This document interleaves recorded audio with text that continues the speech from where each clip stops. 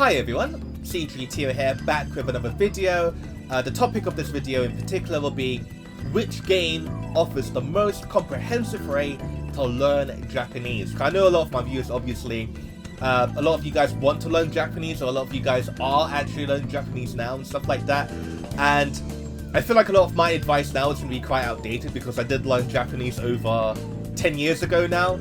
So I did actually use ChatGPT recently. I've only been using it for the first time maybe 4 days ago actually, so I'm still quite new to everything.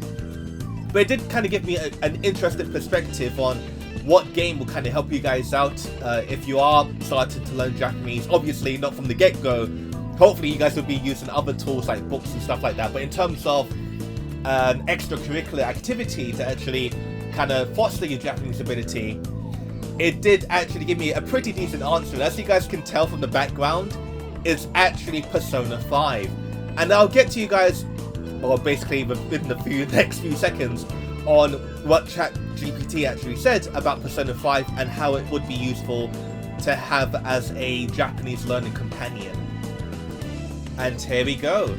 Learning a new language can be a challenging but rewarding experience, and for many people, video games can be a fun and effective way to learn.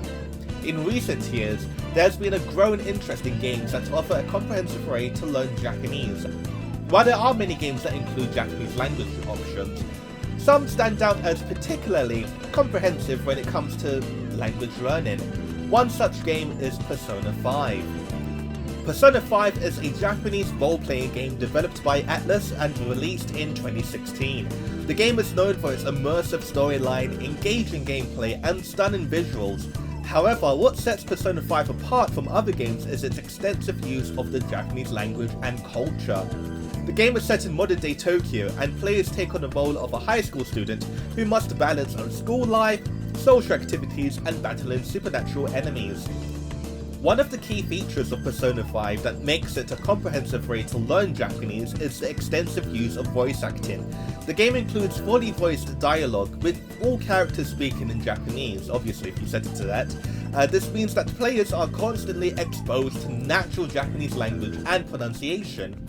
In addition, the game includes an option to display Japanese subtitles, allowing players to read along with the dialogue and practice their reading skills. Another feature that makes Persona 5 a comprehensive way to learn Japanese is the inclusion of real-life locations and cultural references. Throughout the game, players visit famous Tokyo landmarks such as Shibuya Crossing and Akihabara, as well as traditional Japanese locations such as temples and shrines. The game also includes references to Japanese culture, such as Japanese holidays and traditional foods. This allows players to immerse themselves in Japanese culture and gain a deeper understanding of the language. In addition to these features, Persona 5 also includes a comprehensive dictionary and glossary of Japanese terms. This allows players to look up unfamiliar words and phrases and gain a deeper understanding of the language. The game also includes a quiz feature that tests players' knowledge of Japanese vocabulary and grammar.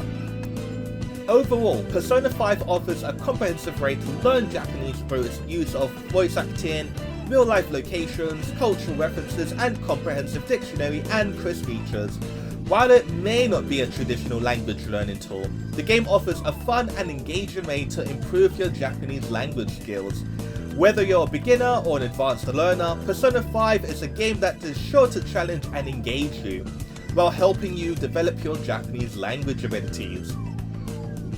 Okay, and to add more from ChatGPT's point, for those of you guys who don't know, back in 2019, Persona 5 actually got a continuation, or a deluxe edition, whichever you're going to call it, called Persona 5 Royale.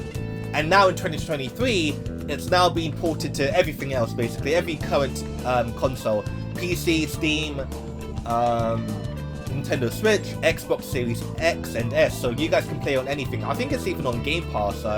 Don't quote me on that. It might. I think last time I did check, it was on Game Pass, but it might not be anymore by the time this video goes live.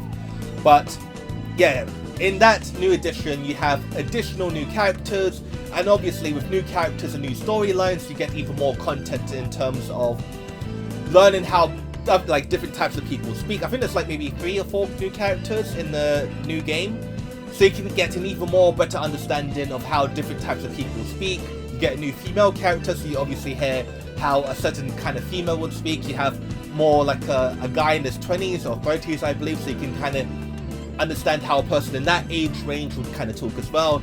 And Alex are pretty good when it comes to their voice acting talents and how varied they can be as well. So I definitely do recommend you guys check it out in that regard.